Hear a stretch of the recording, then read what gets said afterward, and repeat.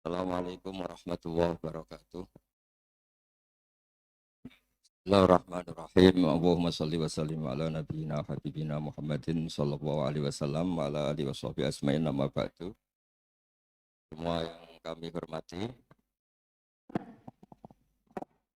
ada Pak Rektor, ada Rektor Senior Pak Arsoyo, dan teman-teman direktur, dosen semua yang saya hormati. Tadi katanya mau naik kelas ya. Kalau naik kelas dari rumah saya niatkan mari mengkaji diroyah. Diroyah itu melogikakan riwayat. Jadi misalnya kita sering dengar Rasulullah SAW sering ngendikan kalian masuk surga itu bukan hanya berdasar amal, tapi berdasar anugerah Allah Subhanahu wa Ta'ala. Oke, kita sepakat amal kita, perilaku kita, ibadah kita andaikan dikompensasi dengan nikmat yang Allah berikan tentu tidak seimbang. Untuk membayar itu saja sudah lunas. Jadi Anda semua tidak berhak masuk apa? Surga. Sehingga di beberapa riwayat dijelaskan ada orang yang 500 tahun ibadah, nggak pernah maksiat. Ditanya sama Allah, kamu masuk surga karena apa? Karena ibadah saya ya Allah. Ya sudah, surga kamu 500 tahun saja karena ibadah kamu 500 tahun. Ini cerita umur-umur orang dulu. Ya Allah katanya surga engkau ini selamanya. Ya kalau yang selamanya itu rahmatku. Kalau amal kamu terbatas ya surganya sesuai amal kamu ya terbatas. Ya sudah ya Allah berarti masuk saya surga saya ini karena fadl engkau, karena anugerah engkau. Itu namanya apa? Diroyah. Diroyah itu satu kajian analisis di mana kita percaya riwayat, tapi kemudian punya logika, punya diroyah. Ini penting supaya tauhid kita ini kuat. Jadi dulu ada orang yang sangat cerdas, namanya Jubair bin Mut'im. Dia saking cerdasnya, juga kaya, juga tokoh, dikirim sebagai delegasi pembebasan Asra Badrin, tawanan Badar. Kemudian pas datang ke Masjid Nabawi, Nabi delalah pas baca Wattur wa kitabim mastur. Sampai pada titik Nabi baca am khuliqu min ghairi syai'in am humul khaliqun. Apakah penciptaan yang sedemikian canggih itu dimulai tanpa perwujudan, tanpa sesuatu yang real, yang maujud? Orang itu langsung bersimpuh, matur, ya Rasulullah saya Islam. Kada qalbi yatir, hampir hati saya, otak saya, pikiran saya itu terbang. Karena logika yang dibangun ateisme misalnya, kalau alam raya ini dimulai dari nihilisme, berarti logikanya apa? Al-adamu yakhluqu maujudan. Alam raya ini kan maujud, maujud itu ada. Kalau yang lebih dulu itu ketiadaan, berarti ketiadaan menjadi sebab kewujudan. Kalau dalam bahasa Arab itu al-adamu yakhluqu maujudan. Sesuatu yang harusnya nggak jadi faktor karena ketiadaan, menjadi faktor sesuatu yang nyata. Itu kan nggak masuk akal. Ya, kalau alam raya ini ada al-adam sing yasbiku maujudan, berarti alam raya ini al-adamu yakhluqu maujudan, sesuatu yang tidak ada menciptakan yang ada. Dengan logika itu terus kita ngaji, diajari sama guru-guru kita, sifat dasar Allah itu maujud. Wallahu maujudun qadimun. Terus masuk. Yang harus distatuskan pertama dari Allah itu apa? Maujud, wujud. Karena dengan wujud ini layak menjadi penyebab adanya alam raya ini. Sehingga ketika kita menolak faham nihilisme atau ateisme, faham tanpa Tuhan, tanpa pencipta awal, kita punya diroyah. Bahwa tidak mungkin ketiadaan ini menjadi sebab perwujudan alam raya ini. Yaitu am khuliqu min ghairi syai'in. Masa alam raya ini diciptakan tanpa sebab yang nyata, yaitu wajibil wujud. Siapa itu? Allah Subhanahu wa Ta'ala. Begitu juga menyangkut sholawat. Orang boleh beda pendapat tentang redaksi sholawat. Ada Muhammad ala Muhammad, ala Sayyidina Muhammad, Nabi Muhammad. Monggo lah masalah redaksi saja. Tapi setelah dianalisis, Nabi itu Pak Rektor, jadi Nabi setelah Nabi Isa saking dihormatinya sampai dituhankan.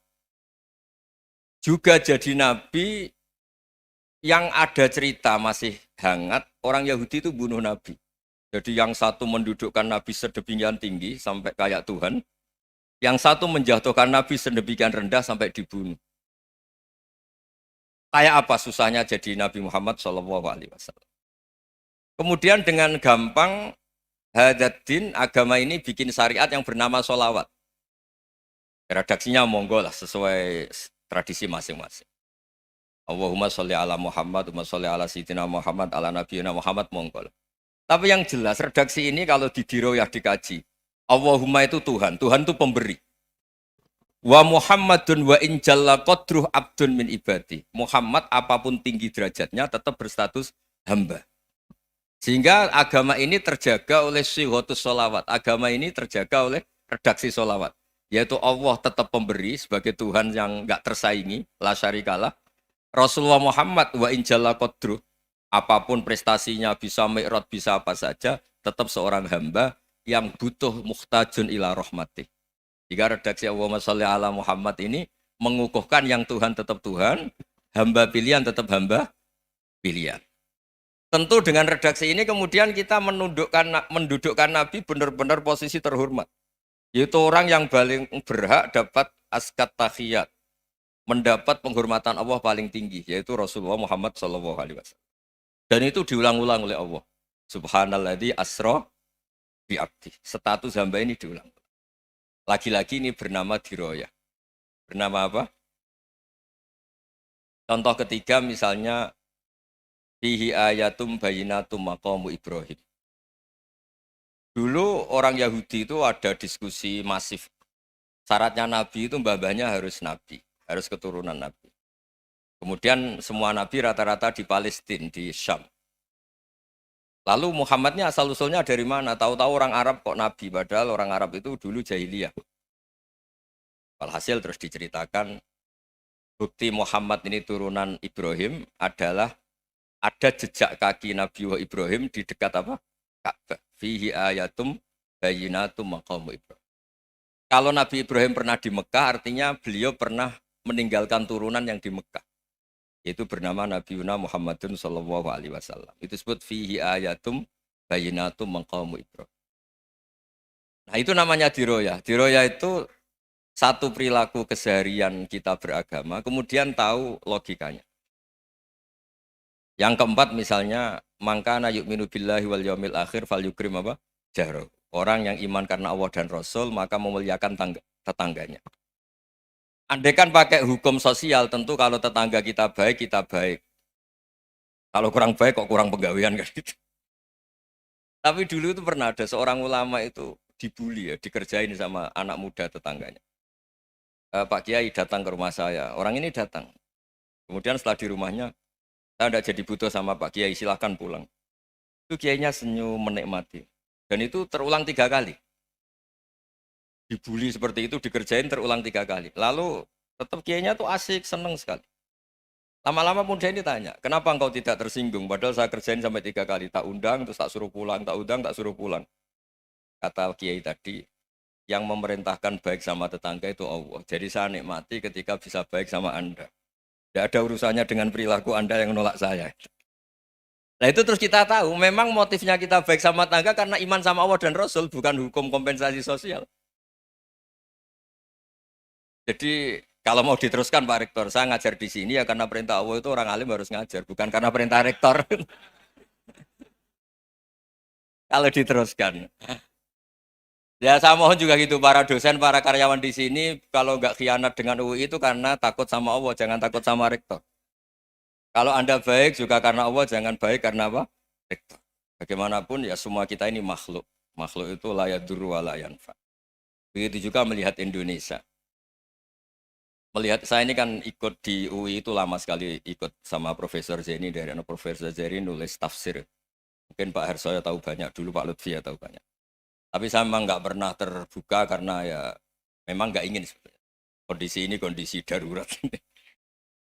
Sehingga saya tahu cara berpikir Profesor Zeni, ya tahu komitmen beliau pada UI. Dan pendiri UI memang ya banyak yang dari tokoh NU, Muhammadiyah, dari tokoh-tokoh ormas yang lain. Memang didirikan banyak orang. Hingga UI memang nggak milih ormas apa tertentu. Dari satu sisi memang baik, nggak dikuasai ormas tertentu. Tapi nanti kalau keterusan ya nggak berbentuk. Karena ya sudahlah dikelola saja. Sambil-sambil jelas, sambil-sambil kadang nggak jelas. Yang penting ikhlas tadi. Karena kalau terlalu asobia itu jadi repot. Kita ini yang nekuni fikih itu tahu. Kalau tidak kuno itu madhabnya Hanafi. Kuno itu madhabnya Syafi'i. Tahu-tahu seakan-akan Imam Syafi'i itu NU, Imam Abu Hanifah itu Muhammadiyah. Padahal ini orang-orang yang sebelum NU dan apa? Muhammadiyah. Jadi kalau kita yang nekuni ilmu itu biasa saja dengan perbedaan.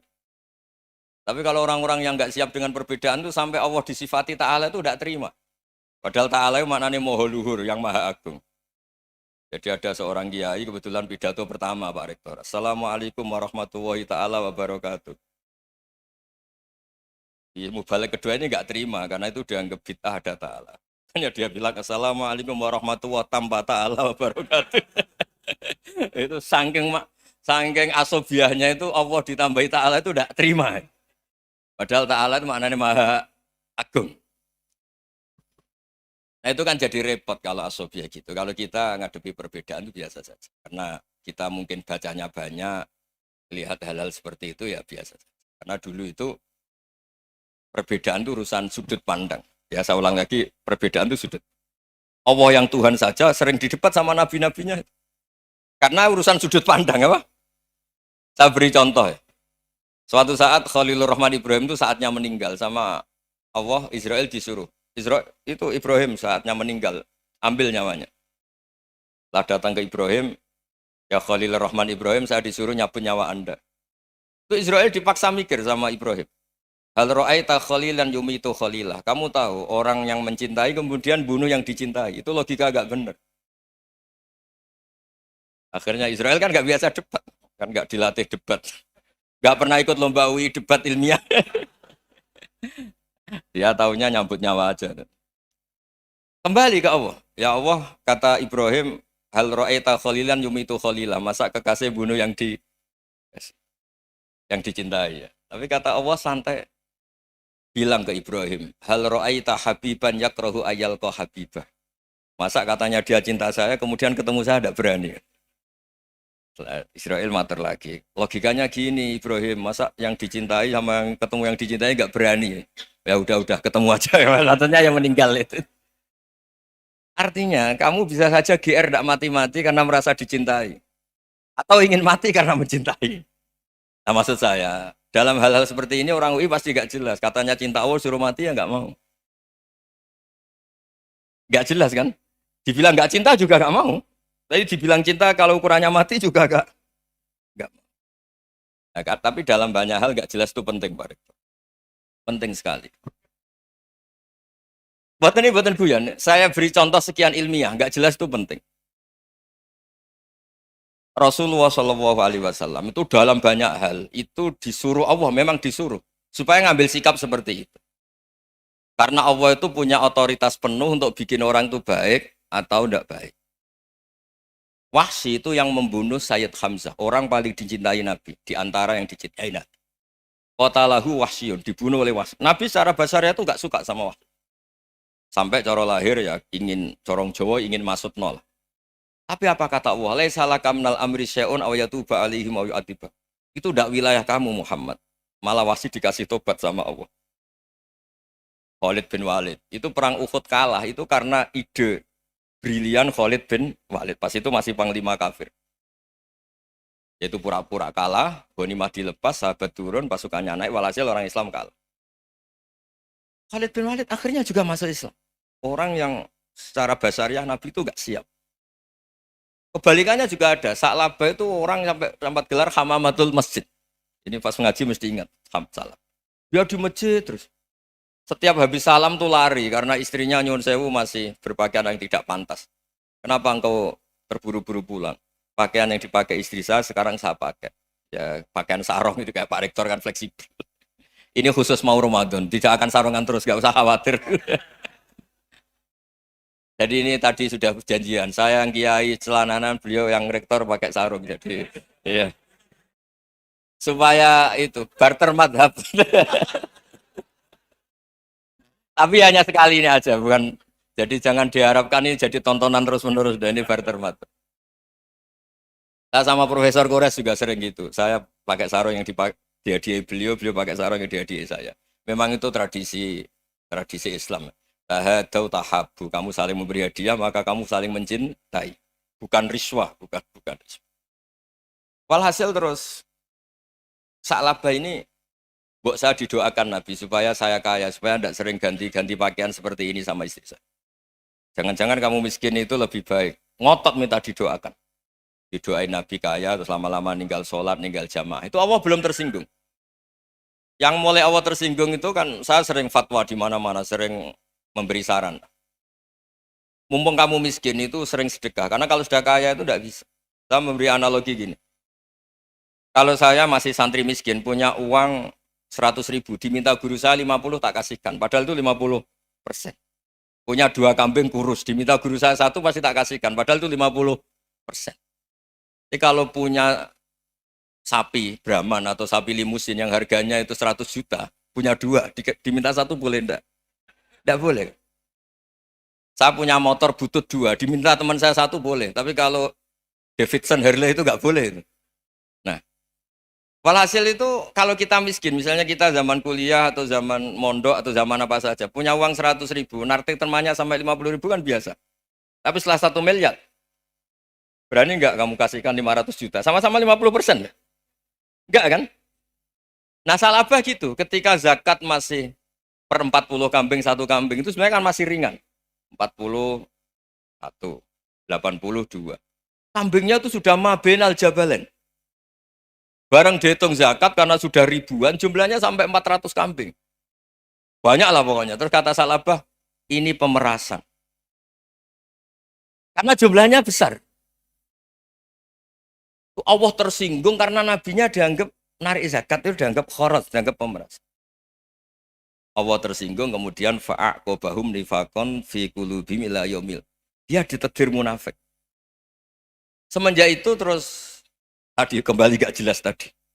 Barkohnya gak jelas itu menjadi orang tuh bijak. Ini sekarang nakal, jangan-jangan nanti jadi orang baik. Yang sekarang baik, jangan-jangan suatu saat jadi tidak baik. Semua orang introspeksi. Gak ada jaminan kalau kita sekarang baik akan baik terus. Gak ada jaminan kalau kita sekarang buruk akan buruk terus. Sehingga terus banyak kiai-kiai bijak itu memang lahirnya gak tegas. Tapi gak tegas itu yang menjadikan bijak. Karena sama-sama mungkin. Itu yang disebut laisa laka minal amri syai'un aw yatuba alihi mau yu'adzibum. Itu tidak wilayah kamu. Ketika Allah mengomentari orang munafik juga wa yu'adzibal munafiqina insya'a aw yatub. Bisa saja ada yang disiksa, bisa saja ada yang dikasih tobat.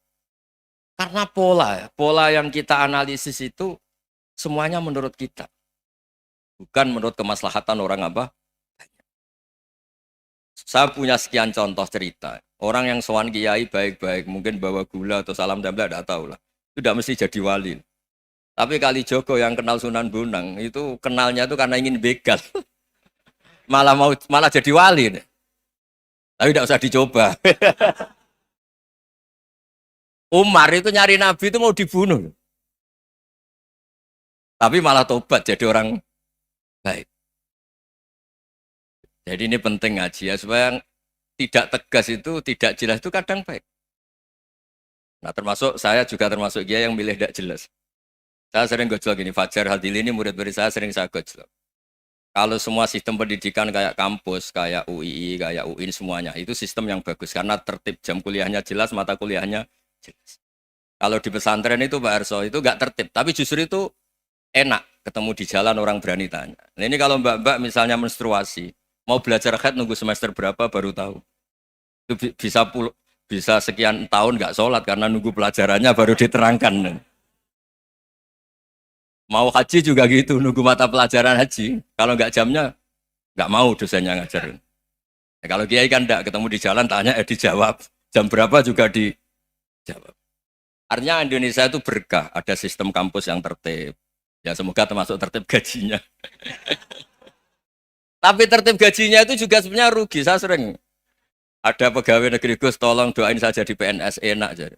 Gajinya tetap. Kata saya nggak mau kalau gaji saya tetap. Kok bisa Gus enak tiap bulan mesti dapat gaji. Kalau tetap nggak naik-naik kata saya. Kalau kiai gajinya nggak tetap, tapi di atas yang tetap kata saya. Artinya Indonesia itu berkah. Kalau semuanya pakai sistem pendidikan setertib ini, orang mau tanya khaid ya nunggu pelajaran khaid. Bab haji ya nunggu pelajaran haji. Tapi kalau ketemu kiai itu enggak. Ya semuanya, saya pernah di pasar, Gus, mau tanya. Tanya apa? Anak saya keluar darah terus gini-gini. Padahal biasanya khaid hanya 7 hari gini-gini. Ya sudah kembalikan ke biasanya, rudat kilal adat. Itu enggak usah sowan ke rumah. Juga enggak registrasi dulu, enggak daftar dulu. Ya ini enggak nyindir cerita saja. Supaya ini bukti koalisi beneran. Jadi saya yang kiai enggak tertib jam, koalisi sama yang tertib jam. Jadi kalau semuanya sistem kampus, nanti pertanyaan itu enggak bisa on time, enggak bisa setiap saat. Makanya Indonesia itu berkah. Kiai-kiai yang alim yang di jalan-jalan banyak. Juga kiai yang di kampus dokter-dokter fikih banyak. Yang nekuni ilmu umum ya banyak. Macam-macam. Itu masalah itu kalau saling mengadili itu baru masalah. Misalnya kiai ngeluh, nggak enak jadi kiai, tidak punya gaji tetap. Yang dosen ngeluh, nggak dicium tangannya. Karena memang unik Indonesia itu. Kalau guru fikih kok dosen itu tetap nggak dicium tangannya. Karena pikirannya anak-anak itu wong sudah bayar disuruh nyium. Itu kayak di alam sadar tuh gitu. Kalau kiai itu kan anak-anak gak bayar itu. Ya opanya cium tangan itu. Makanya kalau kiai-kiai tidak keramat bisa mati karena cium tangannya doang itu bisa mati itu kiainya. Ya ini cerita. Supaya saling menghormati apa saling. Jadi kalau makanya itu pakar-pakar akhlak ya, pakar-pakar etika peradaban. Itu tertampar betul ketika Nabi urusan ilmu itu mengabaikan itu kalau sudah urusan ilmu. Misalnya begini, ada urusan ilmu. Ada mbak-mbak cantik atau ibu-ibu cantik. Itu dalam Islam itu diajarkan jangan sopan-sopan banget. Kata Nabi, karena kekuatan ilmu itu di atas kekuatan akhlak, di atas kekuatan adab. Ya nisa an-nabi lastunna ka ahadim minan nisa. Ini taqaitunna fala takhdu'na bil qaul. Faya tama'alladzi fi qalbihi maradun. Misalnya ada mbak-mbak cantik, menarik. Kemudian sopan misalnya sama Pak Fajarin sama dosen-dosen. Monggo binara. Wah itu bahaya pikirannya kemana-mana. Orang yang imannya pas-pasan, wih berarti mau. Maksud saya kalau cantik, menarik, ketemu di jalan, biarin aja dosennya. Mau kemana, biarin aja.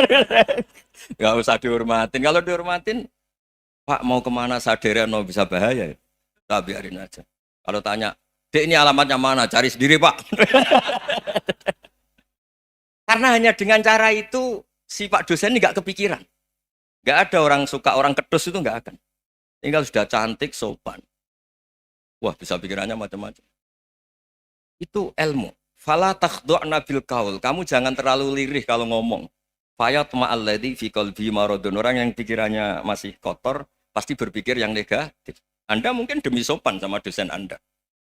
Tapi sejauh mana dosen Anda juga berpikir positif. Itu kan uji iman sama uji nyali. Nah, sama pejabat yang sopan sama kiai mungkin punya Alphard, punya Robicon, punya terus bawa uang banyak. Terus sama kiai cium tangan hormat. Jangan-jangan kiainya yang pikirannya macam-macam.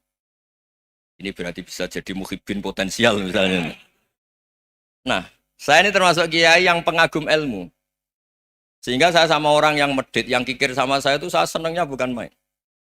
Kenapa? Karena kalau orang medit itu gak berhak nuntut. Tapi kalau orang lomo 1 juta minta surga, 2 juta ya minta apa? Surga. Gus, salam template. 200.000 aja kadang minta surga. Tapi kalau yang kikir-kikir ya sudah salaman tok sudah. Gak minta apa-apa, kan dia tahu diri, oh gak bayar kok minta. Maksud saya, Islam itu luas, dinikmati saja, Bang. Dinikmati saja. Nah itu diroya, maksudnya itu diroya. Diroya itu kamu tahu aturan Islam itu kamu harus yakin khairihi wa syarrihi minallah. Semua itu ujian, tapi kemudian dikaji. Makanya saya ini termasuk pengagum Imam Syafi'i. Imam Syafi'i itu dikasih tahu. Ada orang yang di depan engkau cium tangan hormat tuh di luar ngomong-ngomong, ngata-ngatain Anda. Imam Syafi'i tertawa-tawa sewenang. Loh, Anda ini dikata-katain di luar kok. Kok enggak kamu anggap munafik malah tertawa. Berarti saya wibawa, di depan saya enggak berani. Dianggap enteng saja. Terus dibilangin, sebagian orang kampung sini nggak suka sama engkau. Baguslah, nggak akan pinjem uang sama saya. Kata. Di mana-mana orang pinjem minta tolong tuh karena seneng. Kalau benci kan enggak. Intinya dianggap enteng saja. Yang terjadi di dunia itu semuanya dianggap enteng saja. Man asa ilaika fakot atlakoka. Yang berburuk sama kamu itu membebaskan kamu. Coba kalau akrab, titip. Ya misalnya akrab sama Pak Fajar. Bilangkan ke Pak Rektor, sangkap tuh jadi guru tetap atau apa kan ribet. Kalau tidak cocok kan nggak minta apa-apa. Makanya hati-hati Pak Rektor sama yang akrab-akrab itu. Itu dulu saya juga nggak paham. Di antara wasiat Bapak yang sering diulang-ulang tuh itu. Suatu saat kamu jadi kiai, ngelola orang nggak seneng tuh gampang. Sudah, situ orang lain. Tapi kalau ngelola orang nggak orang seneng tuh repot. Mintanya aneh-aneh. 100.000 aja minta surga. Hanya teman tenis saja minta naik jabatan. Intinya itu ya sudahlah dikelola. Yang seneng ya berkah, mungkin teman berjuang, teman diskusi. Yang nggak seneng ya berkah, karena ini tidak minta macam-macam, enggak seneng. Nah itu namanya diroya. Diroya itu satu kajian keilmuan yang menjadikan kita ini nyaman dengan riwayat-riwayat panduan-panduan dari Rasulullah Shallallahu Alaihi Wasallam kayak tadi. Kenapa sih tentang baik sama tetangga, baik sama tamu? Hitung-hitungannya itu mangkana yu'minu billahi wal yaumil. Saya pernah dicium sama orang miskin yang akut miskin betul.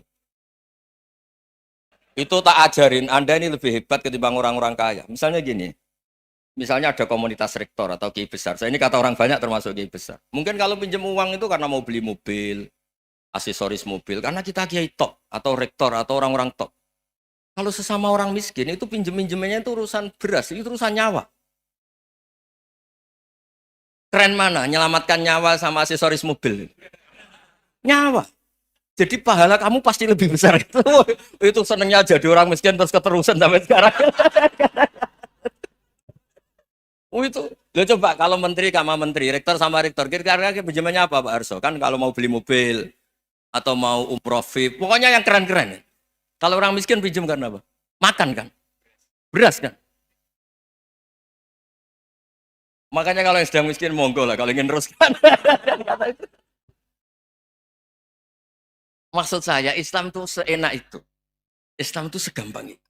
Sudahlah yang sedang miskin ya keren. Karena sekali sosial tuh urusannya apa? Nyawa. Tapi kalau miskin semua ya Indonesia bisa tutup kan. Ya sudah yang kaya-kaya itu saya menyelamatkan Indonesia karena bayar pajak yang menjadikan Indonesia berjalan. Tapi ya dipakai yang benar. Nah, begitu seterusnya. Ada kiai miskin cerita ke kita. Terus enak jenengan alim, terus punya santri banyak, bisa ngajar di mana-mana. Saya bilang, hebat kamu. Dia hidup di daerah tertinggal. Itu yang diajarkan kan hanya tauhid. Kan nggak mungkin desa tertinggal baca fikih perbandingan madhab. Kan nggak mungkin. Kalau yang kayak Pak Fajar, Pak Sadali kan nggak mungkin. Fikih perbandingan apa? Madhab.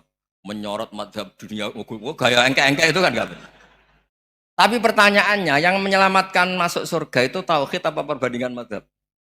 Tauhid. Ini hanya mengajarkan fardu kifayah sunat-sunat. Ini Anda mengajarkan fardu ain. Surganya dulu kamu. Oh terus senangnya jadi kayak gitu. Karena yang diajarkan apa? Tauhid. Sementara kita yang gaya-gaya ini. Ajarkan perbandingan apa?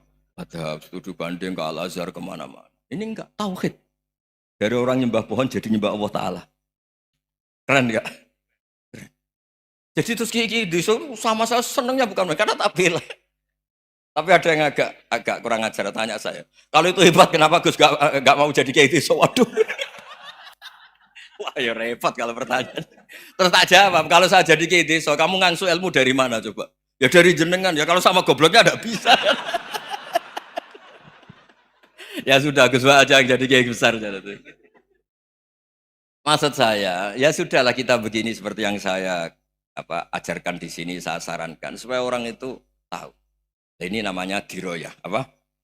Makanya kata Imam Ghazali itu kalau kamu ingin sopan gampang melihat anak kecil, dua aqallu minni dzamban, dia dosanya lebih kecil. Karena masih kecil kan, tentu secara dosa enggak banyak. Kalau melihat orang yang tua, dua aktsaru minni ibadatan, dia tentu ibadahnya lebih banyak karena umurnya lebih banyak. Sehingga terus semua orang lain tuh di depan kita itu hebat. Ya semua orang lain sama misalnya Pak ini rektor, Pak Fathul Wahid rektor.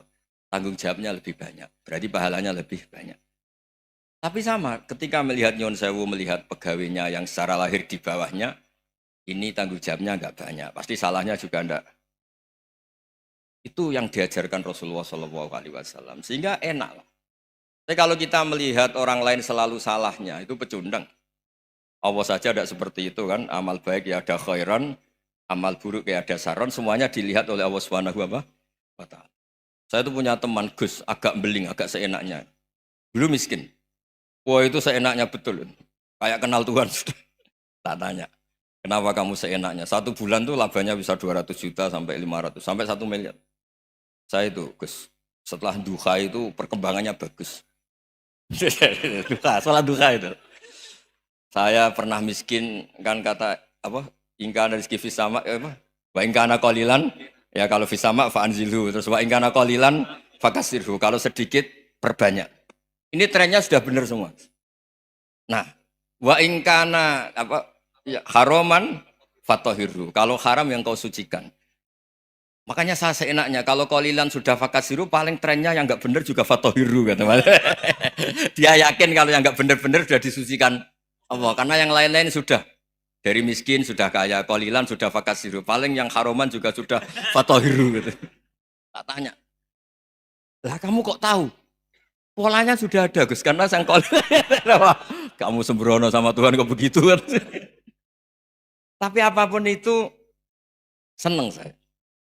Seneng saya sering salah teh, makanya saya mohon yang sekarang miskin, sedang miskin itu ya ndak usah nyesal banget-banget. Kalau ingin kaya monggo lah, namanya orang juga ingin. Ya, tapi Anda harus bangga. Sosial antar kalian adalah urusan nyawa dan itu pahalanya luar biasa. Supaya kita, nah yang kaya-kaya juga boleh GR lah, karena pembayar pajak. Dan itu bisa menyelamatkan apa? Indonesia Raya. Begitu seterusnya. Itu yang diajarkan Nabi, antawadhu hatta la yabghiya ahadun ala ahadin. Kamu semua harus tawadhu sehingga antar kalian tidak saling tidak sopan, tidak saling liar, tidak saling mendolimi. Termasuk tadi sikap gak jelas tadi. Orang dolim yang sekarang dolim bisa saja tobat, yang sekarang soleh bisa saja nanti. Semuanya tuh mungkin. Kita diajari ya muqallibal qulub tsabbit qalbi ala dini. Jadi keliru kalau kita dalam banyak hal harus tegas gak mesti. Al halalu bayyinun wal haramu bayyinun. Tapi ada wa bainahuma umurun mustabihat. Ada yang wilayahnya itu abu-abu. Misalnya ada perempuan cantik misalnya, contoh paling gampang. Kalau kamu ajari secara serius, kamu bisa aja tergoda jadi fitnah. Jadi kalau orang soleh gak berani ngajarin, kemudian digunakan orang fasik, malah menjadi orang nakal, kita juga tanggung jawab. Kamu mau tegas gimana? Wilayahnya sama-sama mungkin. Wilayahnya sama-sama mungkin. Yang dekat pejabat mungkin terkontaminasi KKN. Tapi kalau pejabat gak dekati orang soleh, punya perilaku yang gak soleh, yang repot juga Indonesia kan. Nah hal-hal seperti itu kita tidak perlu ngambil sikap. Maksudnya nggak usah ngambil sikap, ya kita buktikan kalau milih satu madhab, kita buktikan semuanya lebih baik, semuanya lebih bermanfaat, semuanya lebih berperadaban. Karena nggak bisa dihindari wabena humain. Termasuk nyuwun sewu, saya mohon maaf sama mulai Pak Harso, Pak Lutfi sampai Pak Fathul Wahid. Saya ini termasuk kiai yang nggak suka dekat sama orang-orang top. Bukan karena hasud. Memang konstitusi kiai harus gitu lah, tamud dan na'inaika. Kenal orang lebih tinggi itu kan resiko. Misalnya saya kiai desa, mungkin punya keri tua sudah seneng, punya kijang tua sudah seneng. Gara-gara kenal Pak Wahid naik Kempri, waduh kok saya kalah itu. Kenal orang itu kan resiko. Mungkin dosen-dosen sini kalau kenal saya di Rembang juga resiko. Di sini gak ada cium tangan, melihat saya dosen, wah gak enak jadi dosen. Jadi memang harus dibatasin. Sekiranya mungkin orang terus, karena latamud dan nanawa, ainaika ilham. Kamu jangan sering melihat orang lain yang mungkin secara lahir dapat nikmat yang lebih tinggi timbang Anda. Kalau kamu nggak bisa ngelola hati Anda bisa hasut, Anda bisa dengki. Paling tidak Anda bisa ada syukur. Saya itu sering didolani pejabat. Juga sering melihat pejabat di TV-TV. Naik mobil aja ada yang naikkan. Bahkan kalau wudhu itu anduk aja ada yang bawa. Itu kalau yang nggak kuat, wih naik jadi pejabat. Ya makanya terus konstitusi kiai itu mengatur, sudahlah. Mata kamu itu kamu batasin. Jangan melihat sesuatu yang potensi ya. Potensi menjadikan Anda tidak apa? Syukur. Jadi saya mohon, ini memang konstitusi saya sebagai kiai. Jadi saya, tapi di hati saya tetap akrab. Saya doakan semua untuk UI, untuk semua orang Indonesia kita doakan. Kita ingin semuanya tambah baik, tambah baik. Oke, ngoten mawon. Assalamualaikum warahmatullahi wabarakatuh.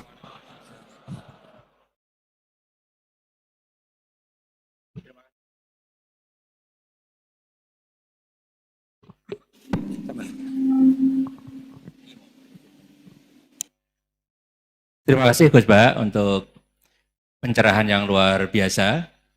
Kita masih punya waktu 28 menit. Kalau Gus Ba berkenan, apakah ada yang ingin bertanya?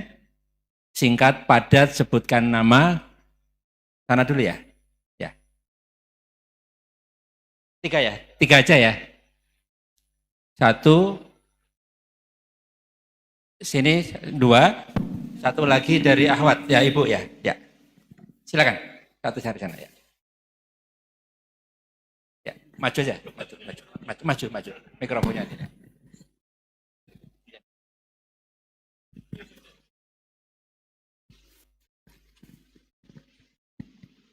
Bismillahirrahmanirrahim. Assalamualaikum warahmatullahi wabarakatuh.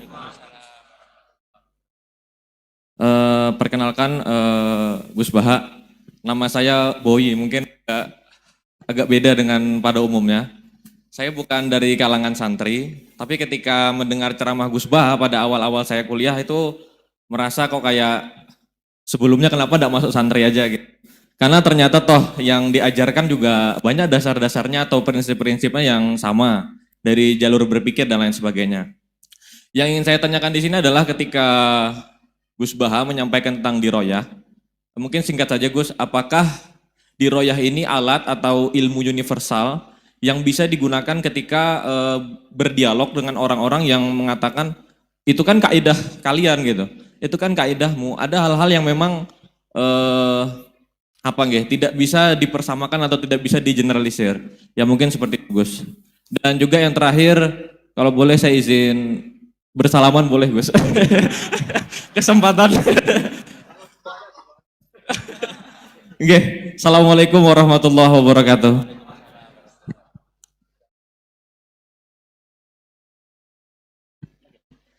Baik, kita kumpulkan dulu satu lagi. Ya.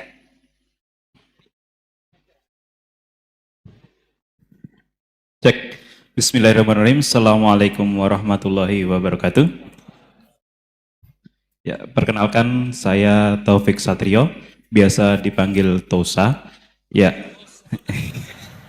Ya. Singkatan. Baik, langsung saja mungkin untuk pertanyaannya.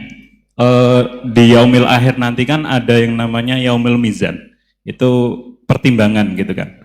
Nah, itu bagaimana kalau timbangannya itu sama, artinya seimbang. Nah, apakah itu nanti akan berada di tengah-tengah antara surga dan neraka atau seperti apa? Kemudian yang kedua, itu terkait dengan perbuatan buruk ke orang lain. Ketika kita berbuat buruk ke orang lain itu kan kita istilahnya zalim kepada orang lain. Tapi di lain sisi, itu secara zahir kan seperti itu. Tapi di lain sisi, di akhirat itu kan, kalau secara pahala, kita itu membantu orang lain mendapatkan pahala. Nah.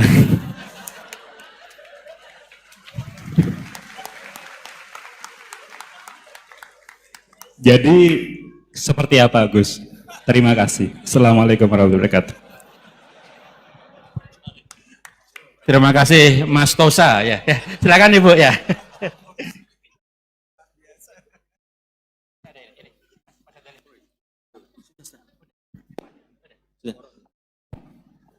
Assalamualaikum warahmatullahi wabarakatuh. Perkenalkan saya Nazrullah Hasanah. Mau bertanya, apakah perbedaan NU sama Muhammadiyah?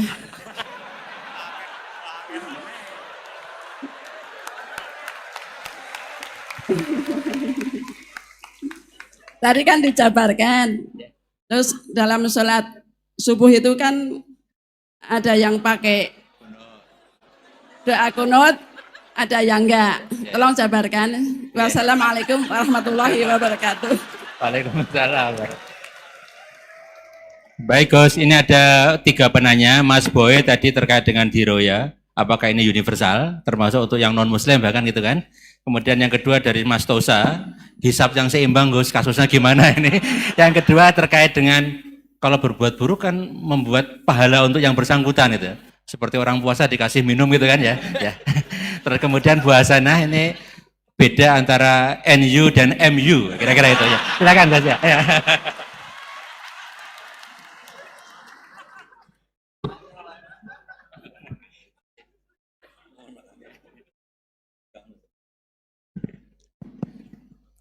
Bismillahirrahmanirrahim. Sebelum saya jawab, saya senang kalian semua senang dengan sesuatu yang taat itu.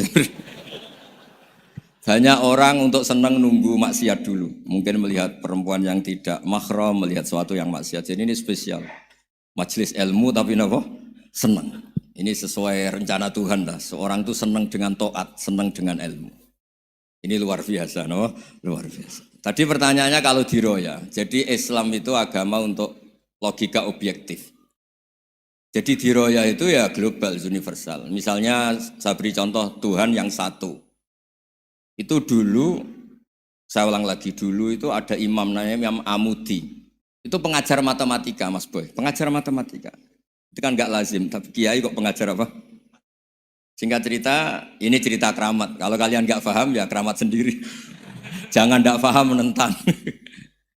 Singkat cerita, di antara keramat beliau itu, Allah itu nyuruh para malaikat disuruh ngaji matematika sama dia. Ngaji tauhid, tapi disebut sama Allah ngaji matematika. Ternyata apa? Cara ngajarkan gini. Misalnya ngajarkan diterang gini. Titik. Angka 2, 3, sampai 1 miliar, 1 triliun. Nisbatus naini ila ma la nihayatalah. Itu nisbatul fard asli. Angka itu entah 2, entah 3, entah 1 miliar, semuanya dibanding angka 1 itu namanya cabang. Tetap yang al-aslu itu angka 1. Itu otak siapapun, itu akan ikrar dengan logika tadi. Bukan kita Muslim. Semuanya akan tahu angka berapapun jumlahnya, tetap asal-usulnya angka 1. Terus dia gambar, ya gambar apa saja, gambar masjid, apa gambar sapi atau gambar apa saja, dimulai 1 titik. Gambar ruwet maupun gak ruwet tetap saja dimulai 1 titik. Nuktotul wujud. Jika kalau zaman saya ngaji, Pak Rektor ngaji dulu diterangkan semua makna Quran ada di Fatihah, Fatihah ada di Bismillah ya, Bismillah itu ada di titiknya, titiknya bak. Nah kenapa ini hebatnya Quran? Kenapa dimulai dari 1 titik? Untuk maklumatkan semua alam raya ini dari 1 titik, yaitu wujud Allah. Logika seperti itu kan orang nggak terima gimana? Mbok gambar seruat apapun dimulai dari mana coba? 1 titik. Angka sebesar apapun dimulai angka apa? 1. Jadi diroyah itu ya universal gitu maksudnya. Ya gitu Mas Boy ya. Jadi diroyah itu universal. Ya soal ada yang belum dapat hidayat apa itu nomor 2, tapi logika yang dibangun Islam itu. Terus pertanyaan kedua apa? Draw tadi, bisa. Kamu ingin draw? Ini kasus ini, nggak pernah ngaji Quran itu. Di antara yang diterangkan Quran detail itu Ashabul A'raf apa? Ashabul A'raf, orang yang baiknya sama buruknya itu imbang. Itu sudah disediakan nanti di surga itu ada pagar. Kamu ingin di situ? Pagar pembatas, apa? Pagar pembatas. Di surga enggak, neraka enggak. Jadi kejadian surga dan neraka itu gini, tak terangin ya. Jadi kira-kira gini, kan hisab itu hanya rubu'un nahar, sekitar 2 jam, 2 jam setengah selesai. Jadi 1 dunia ini dihisab Allah, hanya Allah butuh waktu 2,5 jam. Rubu'un nahar. Kenapa gitu Pak Rektor? Karena semuanya datang ini sudah terindikasi dan itu sudah jelas. Misalnya orang yang soleh banget, wajahnya bersinar, bahkan semua tubuhnya bersinar. Yas'anuruhum baina aidihim. Yang pas-pasan, ya sinarnya pas-pasan. Sehingga nanti yang punya sinar cukup di kanan. Yang kelip-kelip agak ini, yang rawan kesaruk ini. Yang gelap gulita langsung di kiri. Nah itu terus Faduri babenahum bisuril lahubab. Terus Allah langsung bikin pagar. Nah yang rawan kesaruk pagarnya yang kelip-kelip tadi. Yang temangsang ini. Karena yang jelas hitam di kiri, yang jelas putih kanan. Yang abu-abu ini sama malaikat digaruk saja. Nah terus temangsang di Araf itu. Nah, terus setelah dipagar ini dia punya kegiatan. Kalau melihat neraka bilang Rabbana srif anna adzaba jahannam. Kalau melihat surga ya Allah, ma kuntu asqa khalqik. Saya ini hamba Engkau yang tidak paling sial dan Engkau Maha Rahman. Tolong saya jangan dihadapkan ke neraka lagi. Karena itu menyiksa. Sabar wa ahraqan. Ya ketika melihat neraka itu dia komentar, ya Allah, neraka ini begitu merusak wajah saya. Hawa panasnya itu sudah menghancurkan semua. Baunya juga agak enak. Saya minta saya dihadapkan ke surga. Bersama Allah. Tapi kamu tidak minta lagi kan? Tidak, saya hanya minta itu tok. Gitu. Nah ini saya pandu. Kalau kamu ngalami tak pandu. Kalau kamu ngalami tak pandu. Sama Allah terus diberi janji supaya tidak minta yang lain. Tidak, saya tidak akan minta lagi. Terus melihat surga. Nah, di surga melihat orang kayak gitu kan, di surga nanti kalian kan hura-hura semua. Wah, istri yang di dunia kurang cantik, rewel, yang di surga itu istrinya cantik semua, gak rewel semua. Gak minta belanja, cantiknya gak usah kesalahan, pokoknya top lah. Terus dia melihat, tersiksa, cara Jawa ngiler. Wih, masa ngelihat tok? Akhirnya ya lama-lama berani ngajukan, ya Allah masa ngelihat tok? Gitu. Dikasih masuk itu. Ya, terus tapi kamu kan janji tidak minta lagi. Ya terus ngerayu-ngerayu Tuhan lagi. Akhirnya walhasil nanti kalau betul-betul A'raf itu nasibnya akhirnya masuk surga.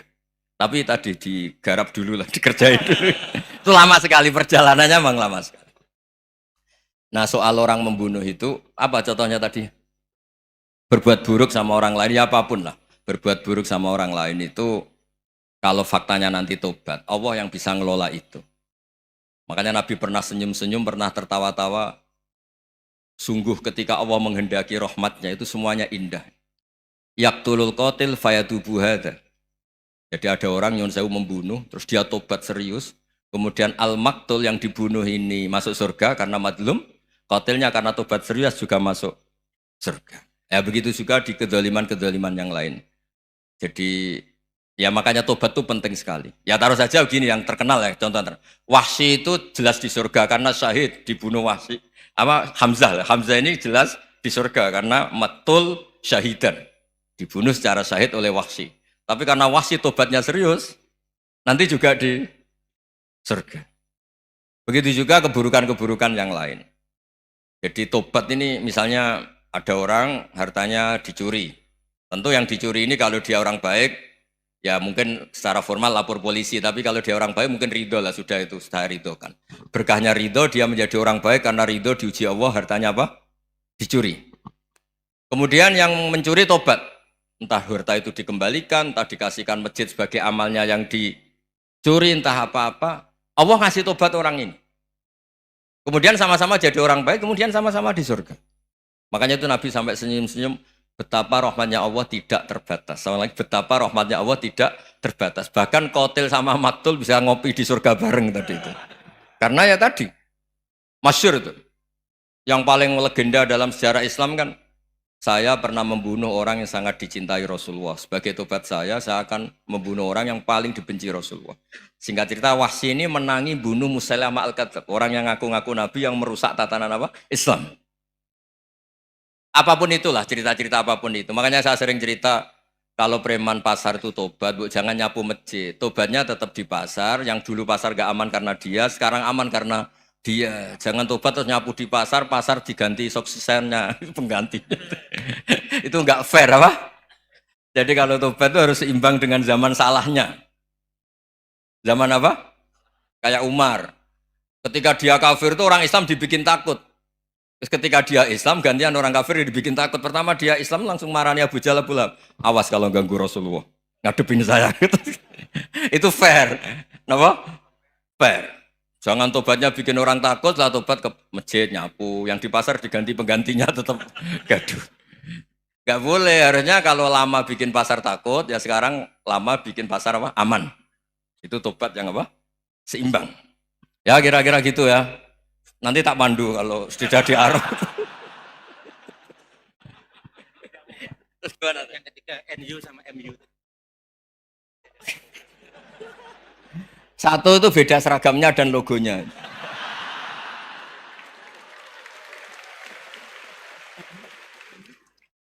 Kedua, nama ketua umumnya.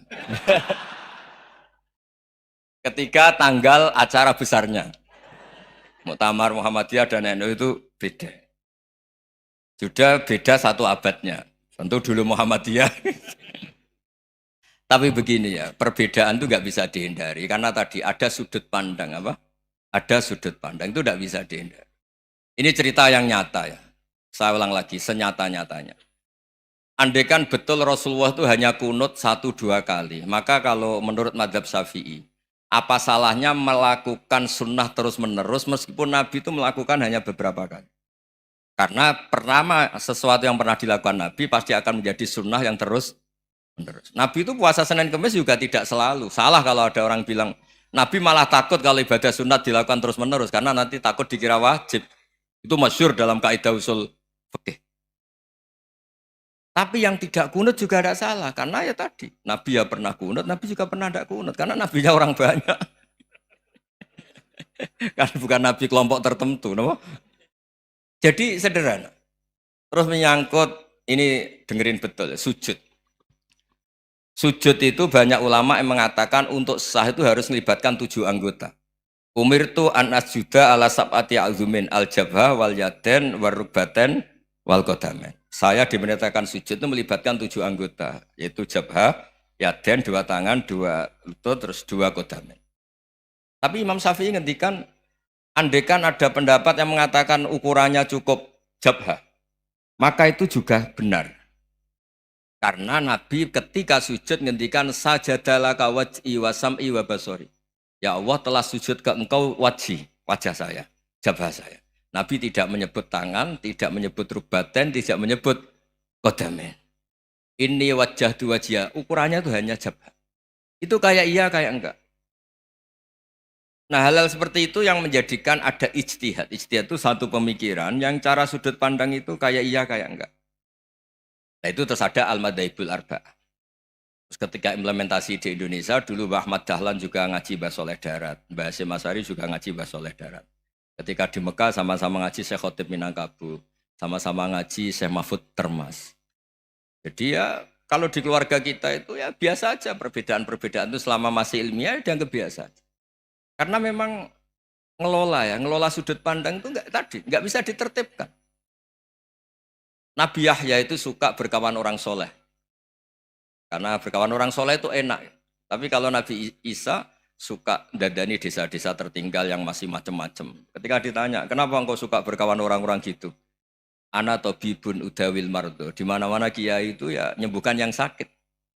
Jadi kalau dakwah yang sudah iman tuh akeh tunggali gitu. Tapi dakwah gitu kan tantangan. Itu sudut pandang. Ada nabi itu yang tertawa terus guyon terus. Yang satu murung terus. Ya sama Nabi Isa dan Yahya kan satu angkatan. Mali aroka dohikan. Fakaan nama tak manumin makrillah. Kamu kok tertawa-tawa terus, seakan-akan nggak ada adab saja. Yang satu tanya, mali aroka abisan kaan nakata kena tumir rahmatillah. Wong kok murung terus, kok dunia orang rahmat deh. Nah anda ini orang hebat. Guyu banter ya iso, nangis banter ya iso. Nah itu sudah orang kombinasi itu. Isa ya mau, ya mau, Muhammadiyah ya gelem, NU ya gelem. Ya maksudnya sudah biasa aja. Karena tadi konstitusi NU yang mengatakan ibadah harus ikhlas karena Allah, Muhammadiyah juga sama harus ikhlas karena ya sudah kalau karena Allah sudah selesai kan. Yang menjadi masalah itu kan identitas untuk hadun nafsi untuk diri sendiri. Kalau kita ikhlas masalahnya apa? Coba masalahnya apa coba? Imam Syafi'i pernah di Masjid Abu Hanifah yang tidak kunut. Beliau enggak kunut. Ketika ditanya 5 ada taroktal kunut, ikroman di hadal madhab. Saya menghormati madhab ini. Jadi ya biasa. Sebaliknya juga sama. Orang-orang Hanafi kalau Imam Syafi'i kunut ya ikut kunut. Karena kalaupun Anda yakin itu tidak disyariatkan, kamu juga yakin itu tidak membatalkan apa? Sholat. Itu yang perlu dicatat. Kalau Anda tidak yakin sunat, kan tidak yakin kalau itu membatalkan sholat. Jadi sebetulnya kalau dianalisis secara keilmuan itu ya semuanya normal. Karena tadi Rasulullah itu al-bahrul muhit, Nabi itu lautan yang luas sekali. Orang akan mengambil air sesuai kapasitas masing-masing. Dan akan merasakan kualitas air juga sesuai kapasitas masing-masing. Orang yang sangat haus melihat air seteguk ini luar biasa. Tapi yang tidak haus mungkin melihat itu biasa-biasa saja. Jadi makanya saya mohon lah, sudahlah itu biasa saja, apalagi secara sanad ya sama, secara tradisi sama. Ya soal perbedaan tidak harus dengan NU, antara Muhammadiyah juga biasa beda. Mungkin di UI antar rektorat juga beda-beda. Yang satu suka dekat rektor, yang satu suka enggak. Monggo asal itu niatnya ikhlas. Terakhir saya beri cerita, ada sahabat ditanya, "Sifli wajah Rasulillah." Coba tolong saya ceritakan wajahnya Nabi kayak apa. Sahabat tuh nangis senangis-nangisnya. Kenapa engkau menangis? Saya itu tidak pernah melihat wajah Rasulullah SAW. Loh kenapa? Engkau kan sahabat. Sungkan. Sebagai bentuk penghormatan saya tidak berani melihat wajahnya. Sebagai bentuk penghormatan pada waktu Nabi, saya tidak berani sowan. Nabi di dalam punya keluarga, punya istri, punya cucu. Kalau saya sowan tuh ganggu. Ya masuk akal. Bentuk hormat itu tidak ganggu kan. Tapi ada orang-orang yang bentuk hormat, bentuk sayang itu sering datang ke majelis Nabi. Sama-sama masuk akal. Bisa didebat gimana? Sama-sama masuk akal. Ya sudah itu ijtihad. Maksudnya itu ijtihad. Itu sudah sama-sama masuk akal. Abul Hasan Asyadili itu kalau kemana-mana pakai mobil mewah, pakai baju mewah. Ketika ditanya, Anda ini ulama kok pakaiannya mewah, mobilnya mewah. Ben wong ra kepikiran nyangoni ya. Lah tapi nek kowe tawaduk melas terus dibalekno umbalmu sakit. Ngono ora iso mulai ya ini. Ya tapi misalnya semua gitu mesti ada yang salah paham, itu keangkuhan. Tapi kalau semuanya kelihatan gembel, nanti orang trauma jadi kiai. Takut kayak itu. Ya sudah, itu wilayah ijtihad, sudah tidak usah ya, pokoknya sudah, yang penting ikhlas. Anda berani tanggung jawab nanti ketika ketemu Allah Subhanahu wa taala. Nggih, ngoten. Assalamualaikum warahmatullahi wabarakatuh.